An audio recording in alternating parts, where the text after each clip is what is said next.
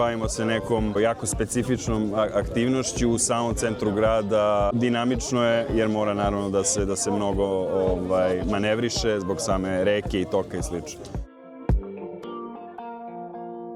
Moraš da provedeš dugo vremena na brodu da bi skapirao kako taj brod funkcioniše, a onda malo i da gledaš šta se dešava okolo, da li onaj dobio vetar, da li ovaj dobio vetar, kako sediš na brodu. Ima tu mnogo tih finesa i baš mnogo čovjek treba da provede vremena na brodu da bi to sve nekako sažvako i da bi onda uspeo na kraju i da pobediš.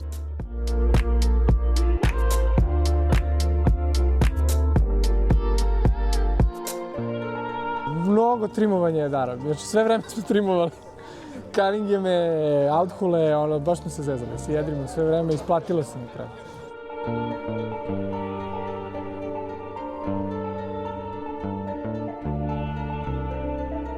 Dosta zahtevno mentalno bilo, trebalo sačuvati živce do kraja, očigledno da nismo.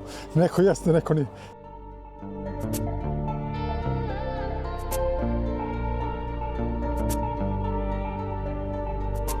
Sada je ubedljivo najbolje što se tiče organizacije, što se tiče aktivnosti nevezano za samu regatu, tema je ekologija, to je divno.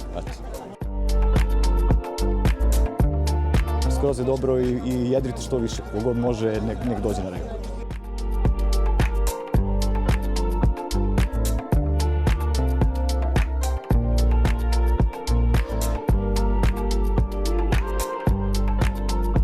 I think I have a little bit of luck today, and the wind has just come to me. There are a lot of really talented and super strong sailors here. I saw the Seascapes, the first 18. It's interesting boat, and I will be happy to do the race between Melgeses and Seascapes with switches of the crew, something like this.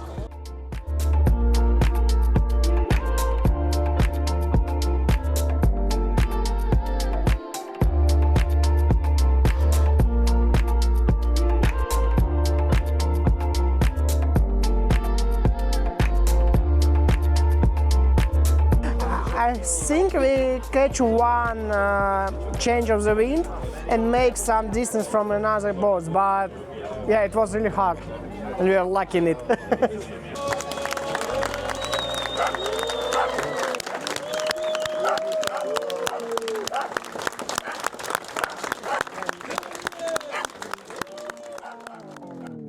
Nije bilo vetra, ali je bilo dobrog jedrenja i dobre zabave. Burgeri? Odlični. Smash burger na steroidima.